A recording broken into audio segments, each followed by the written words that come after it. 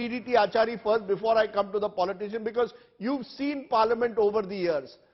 Is this the lowest point in your view of Parliament, where even Treasury bench MPs did not want Parliament to function, forget about opposition, even government ministers were standing up and calling for an apology from Rahul Gandhi, even as the opposition was putting up placards and even throwing papers at the Speaker's chair? Have you seen a lower point?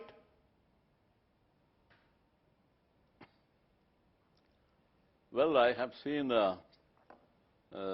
kind of ruckus in Parliament many times, and many times the sessions were washed out. This has been actually happening for quite some time. But actually, I have to make 2 points in this context. One is that basically it is the responsibility of the government to see that the House runs smoothly, and therefore to create favorable conditions for the House to run smoothly.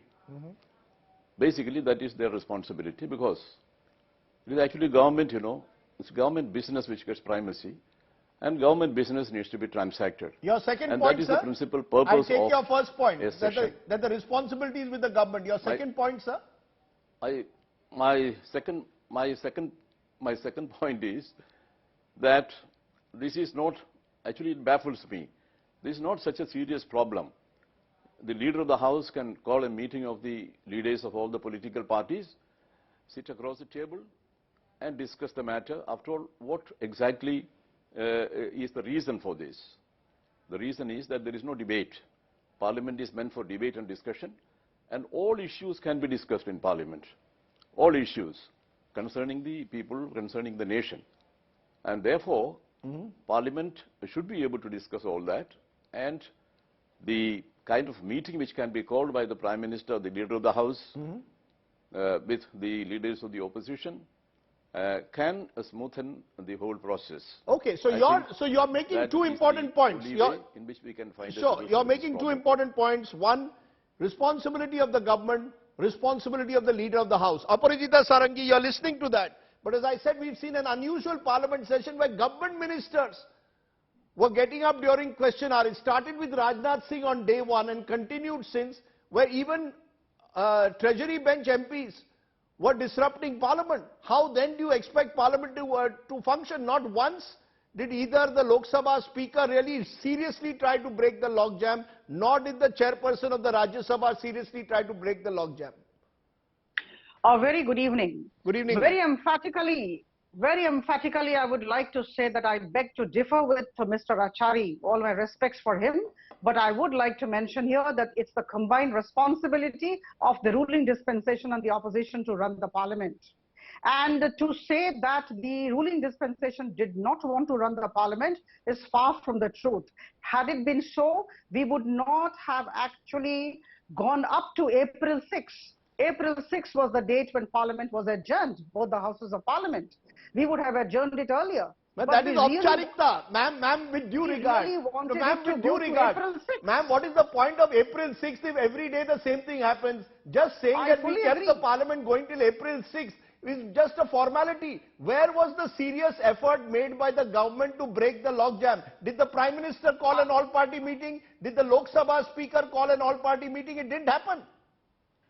Let me tell you, on 31st of January, this Parliament session, the budget session commenced. Yes. And immediately thereafter, there were Business Advisory Committee meetings, number 1. And number 2, a couple of times, the opposition parties had been invited by the Lok Sabha Speaker to actually, run with the Parliament issues. But it never happened. Because, the fact remains that the nation's dignity cannot be compromised with. As far as Bharatiya Janata Party and its allies are concerned, we were very clear about the kind of stand that we were taking, very candid, very clear. See, Rahul Gandhi going outside the country and saying things against the country system cannot be accepted. During Bharat Jodo Yatra, 4,000 kilometers from Kashmir to Kanyakumari, he was well within his right to speak against the government, but I don't think he should have done this on the foreign land. No, but was So, that an issue to debate? No, ma'am, I take your anger against, if you are angry against, no, was that a reason, ma'am, to disrupt an entire session, or was the real reason you did I'm not just want the coming to Adani issue? Ma'am, just a minute. Was the real reason Rahul Gandhi to bahana tha, asli kahani Adani thi? You I didn't would want definitely Adani to like be to- discussed. Please allow me to complete. I'm coming Yes, to that. ma'am. See, as far as Rahul Gandhi is concerned, he wanted to speak. He gave notices to the speaker. I fully endorse. But that was for offering an explanation. We wanted an apology, right?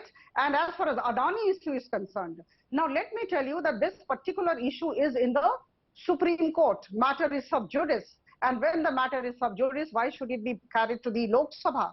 And the SEBI There is no is, as such an rule, independent ma'am. regulator, With is due doing regard, his there job. is no such rule. There is no such rule that prevents Parliament is superior to the Supreme Court. There is nothing to stop Parliament from debating the Adani issue, even if the matter is in the Supreme Court. See, the expert committee has been constituted with 6 eminent citizens, right?